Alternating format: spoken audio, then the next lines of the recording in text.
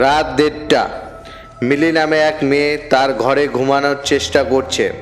হঠাৎ ঘরের লাইট নিজে নিজে কয়েকবার টিম টিম করে বন্ধ চালু হয়। জানালার কাঁচ হালকা কাঁপে। মিলি ভাবে হয়তো বাতাস, কিন্তু বাতাস নেই। ঘরের সব কিছু হঠাৎ অস্বাভাবিকভাবে চুপ হয়ে যায়। মিলি বিছানায় শুয়ে ফোন স্ক্রল করছিল।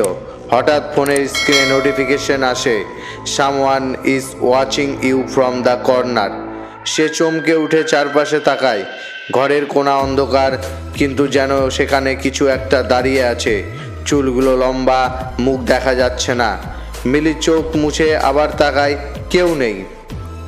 মিলি বিছানায় ফিরে আসে, কিন্তু এবার তার কানে ধীরে ধীরে শোনা যায়, মিলি, আমি এখানে।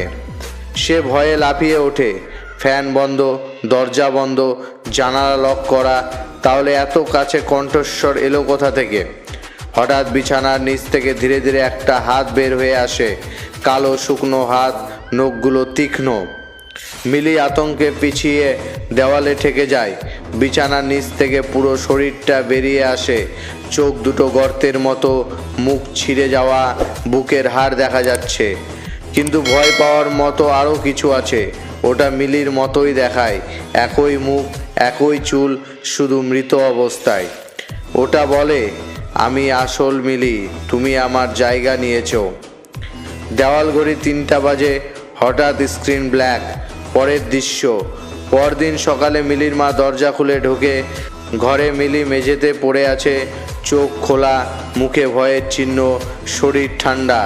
বিছানার উপর দৃশ্যমান অদ্ভুত আঁচড়, আর আয়নার উপর লেখা, I took my place back.